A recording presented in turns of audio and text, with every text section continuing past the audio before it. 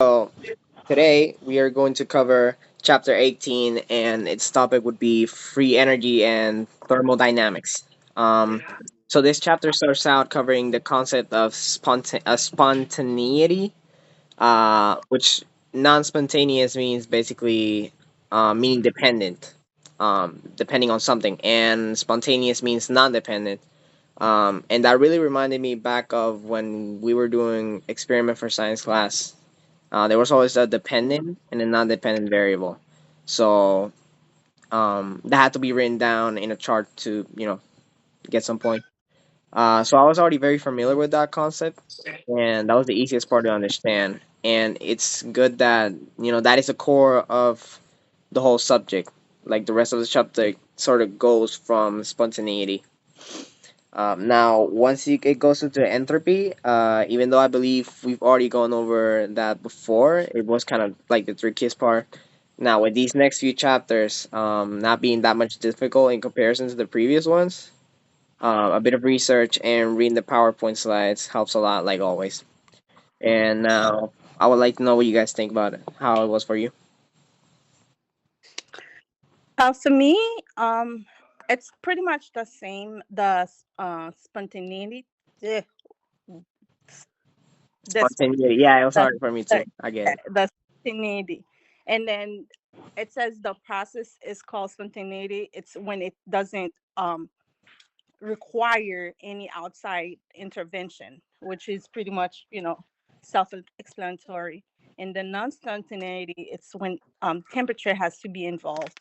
Um, it was okay for me, but my problem or my challenge was the relationship between the macro state and the micro state, and how it increased the number of the micro state, how it can lead to a more disordered system, and why it's tied to entropy. That was a little bit confusing to me. Um, we know that the idea is pretty simple, but it's just still a little bit confusing for me. And to overcome that challenge, I started with a simpler analogies like rolling dice, or something to arranging gas molecules in containers. I also watch videos on YouTube to help me with the macro state and micro state, how to get from one area to the next one. And also I try to get the Boltzmann equation, try to understand it, which is S when it's like K, which is a constant, ln W, which is the macro state. I try to memorize that formula. That's what helped me. YouTube videos, I haven't done that one yet. All right, so all right. So whoever wants to go next and wants to share Um, their opinion. for thermodynamics, I thought it was one of the more challenging topics that we've gone through just because of the different levels like entropy, enthalpy. I know that enthalpy does with like heat, entropy deals with like how random something is, and then the free energy being both entropy and entropy being all in the same equation.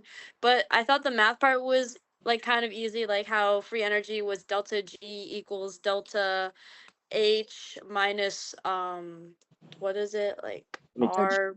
S Yeah, and yeah, temperature. that one. Yeah, Yeah. just because you get to plug in everything into the equation.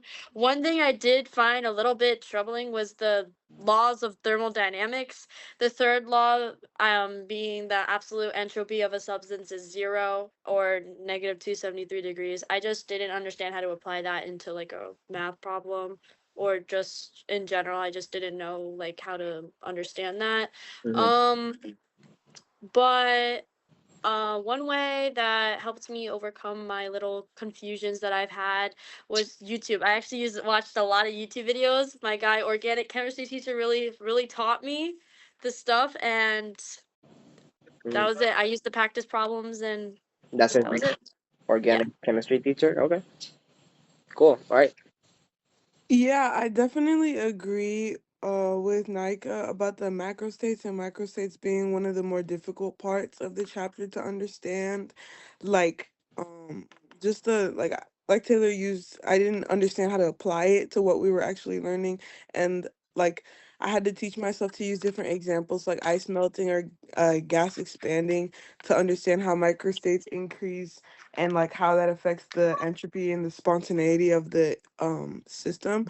But what was easier for me to understand was definitely like the idea of reversible versus irreversible processes of spontaneity, like um so like how reversible processes happen in both directions and they're always at equilibrium. And I feel like that was easier to kind of understand because of like I'm currently taking biology, so we were learning that too in class, like about entropy and spontaneous You're processes. taking biology and So chemistry? yeah. Okay. All right. Keep going. That's it. Oh, okay. Cool. All right. Thank you, guys.